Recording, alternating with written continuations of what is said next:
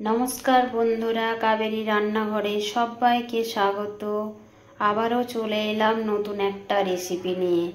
আমি আজ আপনাদের কনডেন্স মিল্ক বানিয়ে দেখাবো। কনডেন্স মিল্ক বানানোর জন্য এখানে ফুল ক্রিম দেওয়া একটা দুধ নিয়েছি, একটা প্যাকেট কান্ট্রি ডিলাইটের বাফেলো মিল্ক, আর এখানে নিয়েছি চিনি। লাল চিনিটা আমি গুঁড়ো করে নিয়েছি। গ্যাসে একটা কড়াই বসিয়ে দিয়েছি, এবার দুধটা দিয়ে দেব কড়াইয়ের মধ্যে। সবার প্রথমে দুধের প্যাকেটটা কেটে কড়াইয়ের মধ্যে দিয়ে দেব।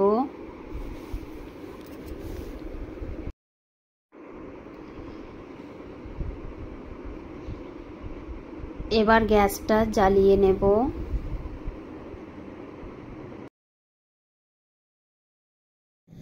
দুধটা উষ্ণ উষ্ণ গরম হয়েছে, এই অবস্থায় আমি চিনিটা দিয়ে দেব।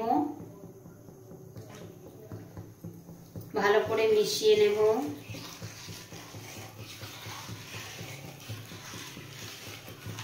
কনডেন্স মিল্ক বানানো খুবই ইজি বন্ধুরা, যে কেউ বানাতে পারবেন।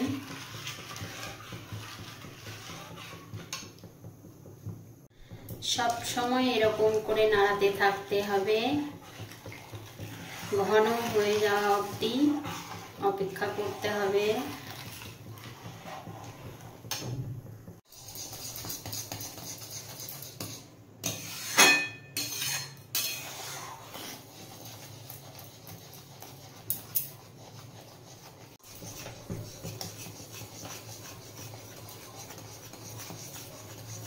গ্যাসটা এরকম বাড়িয়ে কমিয়ে আস্তে আস্তে নাড়িয়ে নিতে হবে।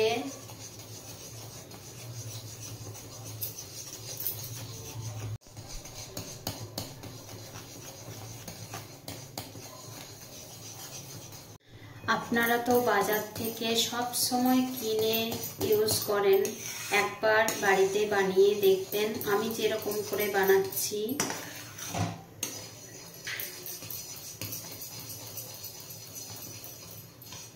অনেকটাই ঘন হয়ে এসছে, আর একটু ঘন করতে হবে।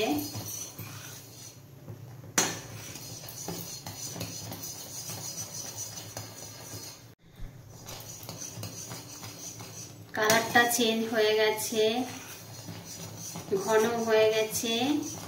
আমার কনডেন্স মিল্ক রেডি হয়ে গেছে। আমি এবার গ্যাসটা বন্ধ করে দেব, তারপরে ঠান্ডা করে নেব।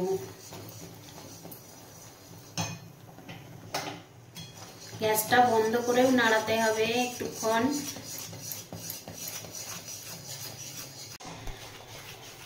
গ্যাসটা বন্ধ করেও নাড়াচ্ছি। ঠান্ডা হওয়ার পরেও বেশ কিছুক্ষণ নাড়িয়ে নিয়েছি। কনডেন্স মিল্কের ঘনত্বটা চলে এসছে। এবার ঠান্ডা হলে একটা কাচের বোতলে রেখে দেব। যখন লাগবে একটু একটু করে বের করব। ঠান্ডা হয়ে গেছে, এবার আমি কনডেন্স মিল্কটা ঢেলে নেব একটা জারের মধ্যে। একটা হাতা নিয়েছি, হাতা করে করে ভরে নেব।